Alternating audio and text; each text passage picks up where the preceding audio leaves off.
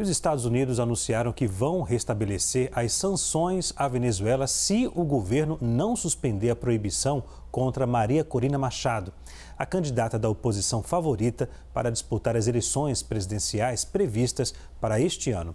Quem chega com os detalhes para a gente é a nossa repórter Luciana Tadeu, que vai explicar para a gente direitinho o que está acontecendo lá e por que dessa sanção dos Estados Unidos. Muito boa noite, Luciana.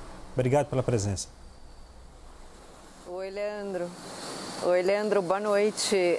Pois é, a Casa Branca, então, informou que se a Venezuela não acabar com essa proibição de que a principal candidata da oposição, a Maria Corina Machado, seja candidata nas eleições que precisam ser convocadas pelo presidente Nicolás Maduro, pelo governo venezuelano, pelo órgão eleitoral da Venezuela, para o segundo semestre desse ano, vai acabar com esse alívio das sanções que tinha iniciado após justamente o acordo entre o governo e a oposição venezuelana para que haja um processo eleitoral transparente, com garantias de transparência e garantias para os opositores participarem das eleições. No momento, os Estados Unidos não estão aplicando sanções no setor petroleiro em relação à Venezuela. É um período de trégua de 6 meses que vai até abril, porém foi anunciado por um oficial da Casa Branca que se o governo venezuelano não permitir a candidatura da Maria Corina Machado, essa isenção das sanções não vai ser renovada, Leandro. Na última sexta-feira, a Corte Suprema da Venezuela ratificou uma proibição que tinha sido feita lá em 2021 de que Maria Corina ocupe cargos políticos na Venezuela. Essa proibição começou lá em 2021, teria 15 anos de vigência, então iria até 2036. E ela foi a grande vitoriosa das internas da oposição, arrasou nos votos na Venezuela, inclusive no passado chegou a ser a deputada mais votada da história da Venezuela e hoje disse que Maduro não vai escolher o próximo candidato da oposição venezuelana, que os votos já definiram ela como a futura candidata e diz que não vai sair da rota eleitoral, que vai chegar à presidência venezuelana pelas eleições que devem acontecer nesse ano, Leandro. Obrigado, Luciana, pelas informações. Luciana Tadeu falando ao vivo da Argentina. E a CNN pediu uma nota ao Itamaraty sobre o Brasil não ter se posicionado sobre a votação na Venezuela e aguarda uma resposta. Vamos chamar o nosso time de novo, começando com a nossa primeira-dama, Clarissa, né?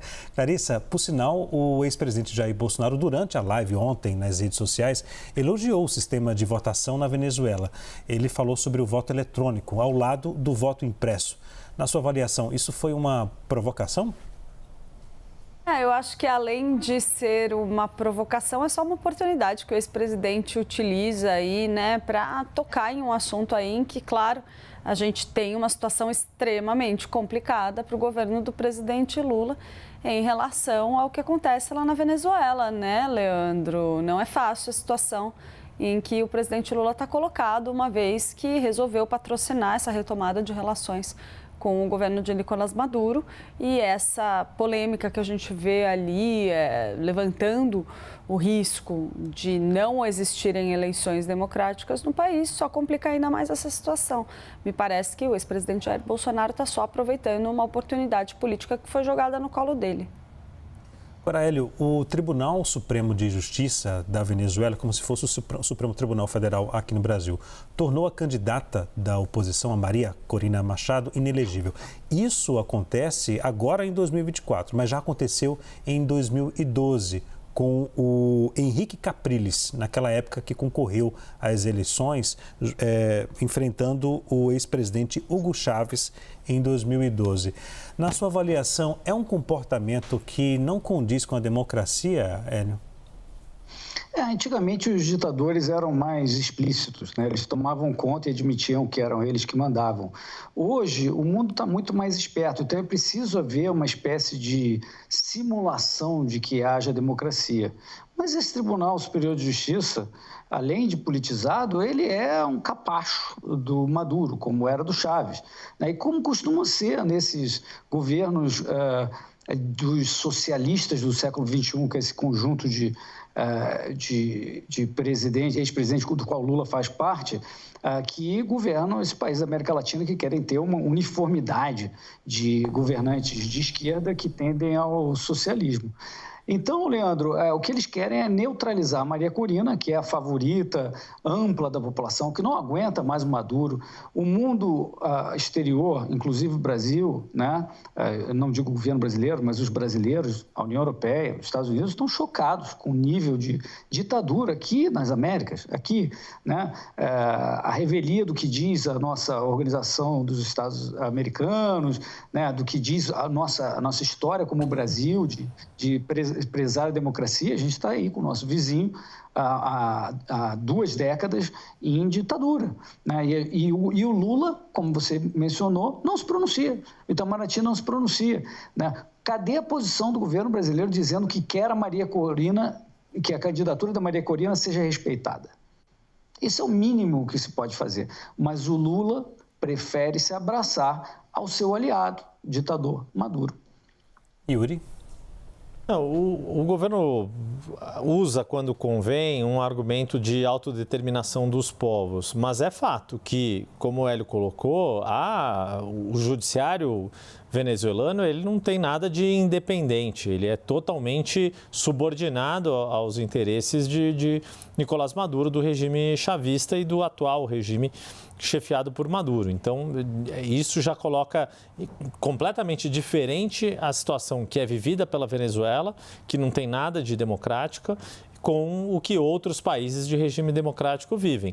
O que é essa relação que o governo Lula resolveu encampar e encampou isso com vários gestos simbólicos e vários gestos práticos, né? Desde ter recebido Nicolás Maduro em Brasília com todo aquele status de chefe de Estado, etc., contratou para si o constrangimento de a cada vez que Nicolás Maduro age como um ditador que ele é, ter que ficar nessa situação ou de não poder se manifestar, de se calar e ser cobrado por isso, corretamente cobrado por isso, ou de ter que passar um pano ali, ter que tergiversar sobre o que está acontecendo na Venezuela.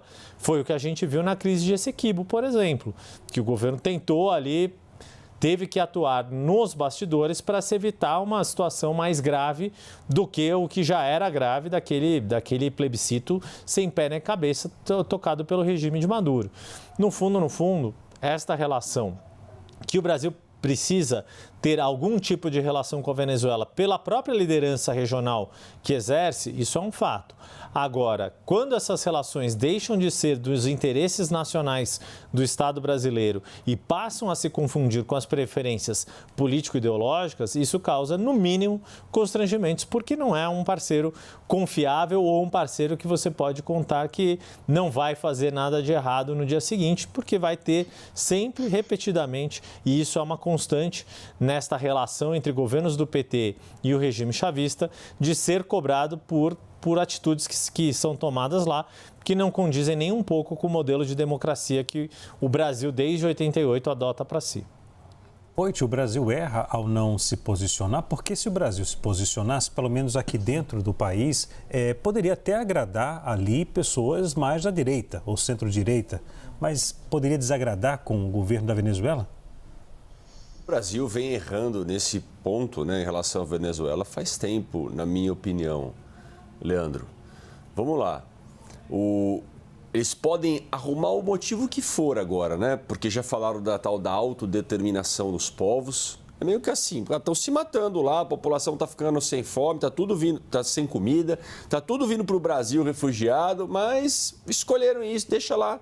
Autodeterminação, eles querem viver assim. Que isso, gente? Não tem tratado internacional, não tem nada que dá para a gente olhar e agir. Tá bom. Democracia relativa é outra coisa que eu já escutei de gente que concorda, né? E que diz que lá não é uma ditadura. Como, convenhamos, se não todos nós aqui, a maioria condena e diz que é uma ditadura.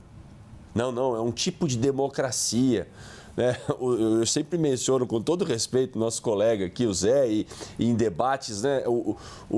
Pessoas do PT que falam que democracia para mim é diferente de democracia para você e que é diferente de democracia na Venezuela. Eu não acho. Democracia é uma coisa que fala de alternância de poder, né? É o poder para o povo, é o povo votando e podendo escolher.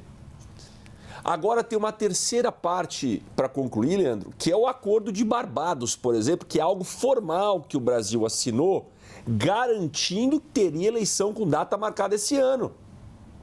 A partir do momento que o Brasil assinou isso, o Brasil tem que se manifestar. Porque o próprio Maduro chegou e falou, esse acordo não está valendo, quase que ele falou que não está valendo mais, né? Que estão rasgando a Constituição e tal, já está arrumando motivo. Agora, não adianta assinar um acordo que vai ter eleição e ele eliminar todos os concorrentes para ele concorrer e ganhar por WO. O Brasil precisa se manifestar, Leandro. Não tem desculpa mais. Não tem democracia relativa, não tem autodeterminação, não tem nada. O Brasil assinou, e agora? Qual que é a posição brasileira nesse caso? Larissa, concorda com o Poit? 1 minuto. Eu acho que vale uma manifestação do governo brasileiro, Leandro, porque há uma posição já assumida em favor de que essa disputa se dê de maneira democrática. Mas eu acho que isso não deve vir comprando a briga alheia. Ok.